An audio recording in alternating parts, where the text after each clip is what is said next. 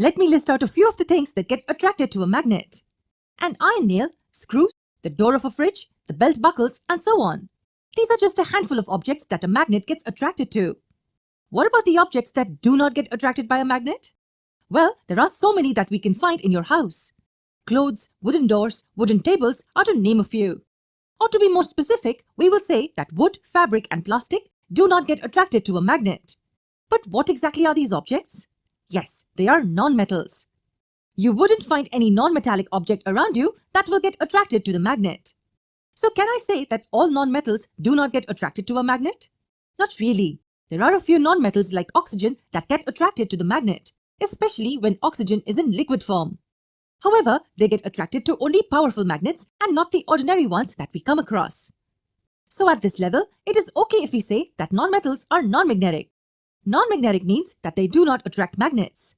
Hence, if you bring a magnet in front of a non-metallic part of a body, then it will not stick to it. And now, if non-metals do not get attracted by a magnet, then does that mean that metals always do? Some metals get attracted to the magnet, while some don't. What are the metals that get attracted to the magnet? The most common metal is iron, of course. Apart from iron, nickel, cobalt, and steel also attract iron. But if you bring a magnet in front of a copper or aluminium, they will not be attracted to it. Again, there are exceptions.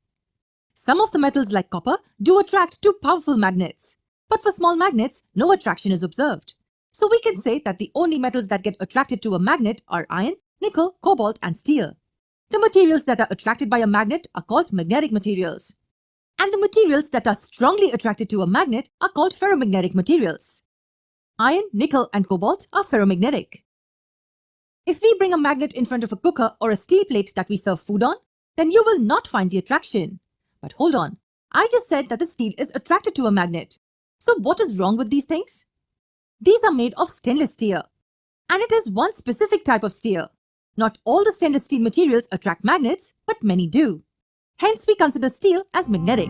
And so if you have ferromagnetic material in the form of a magnet, what you're going to get is a north pole and a south pole. Again, you'll never have just a north pole by itself or a south pole by itself. But if we were to look inside that ferromagnetic material, we would find that there are these magnetic domains, which you can think of as tiny little magnets, and each of those tiny magnets have their own tiny little fields. And so if you break a magnet in half, have you broken it? No, you've just created two magnets. And you could keep breaking it in half over and over and over until you get to the level of these tiny magnetic domains. And if these line up, if they align, then we've got an overall magnetic, ferromagnetic material. And they can do this by putting them inside an external field, or sometimes it'll just spontaneously or naturally occur. And so if we have a bar magnet, it's got a clear north and a south, we can make sure that it's magnetized by holding a compass up on either side. And you'll find that the south end of the needle points to the north end of the magnet and vice versa down here. Now if we break it in half, that bar magnet in half, what have we done? Well, let's use our compasses again. If we put them on either side, what you'll find is that we've now created a south pole at this side, and then we've created a north pole up here. So we could do this again and again and again, and we just keep making smaller and smaller magnets. So there must be magnets within the magnets that are causing that magnetism. And so you can think of it like this. In a block of iron, we've got all of these domains, which are going to be tiny magnets inside it. But if the whole thing isn't magnetized, they're going to be pointing in every which direction, and they're going to be separated by these domain walls. And so if you take something that's not magnetized and you magnetize it, what you're really doing is you're lining up all those magnetic domains. If they're all pointed in the same direction, then you've magnetized that overall object. We're going to take a look at what we mean by a magnetic material, and the differences between permanent magnets and induced magnets. Now, one of the confusing things about magnetism is that not all magnetic materials are actually magnets. An actual magnet is any object that produces a magnetic field, while a magnetic material is any object that can be influenced by a magnetic field and has the potential to become a magnet.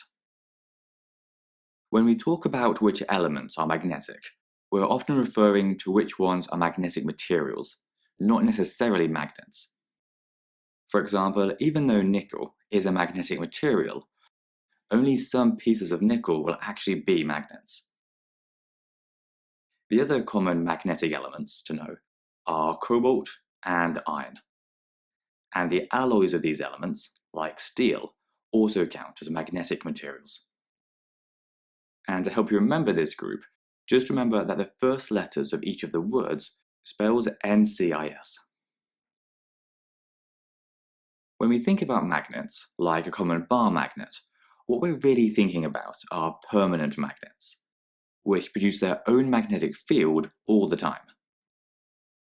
There are another group of magnets, though, which we call induced, or temporary magnets, which only have a magnetic field temporarily. These are made when a piece of magnetic material, which wasn't actually a magnet, like your average piece of nickel, is put into the field of a permanent magnet. This induces the piece of magnetic material to develop its own magnetic field, with its own north and south pole, and thus we call it an induced magnet. And the key point to remember with induced magnets is that the force between a permanent and induced magnet will always be attractive, which is why the left side of our piece of nickel became a north pole rather than a south pole. If we then remove the induced magnet from the magnetic field, though, then it will lose its magnetism. Some magnetic materials, like nickel and iron, lose their magnetism really quickly, and we call these magnetically soft materials. Others, though, like steel, lose it more slowly, and we call these ones magnetically hard materials.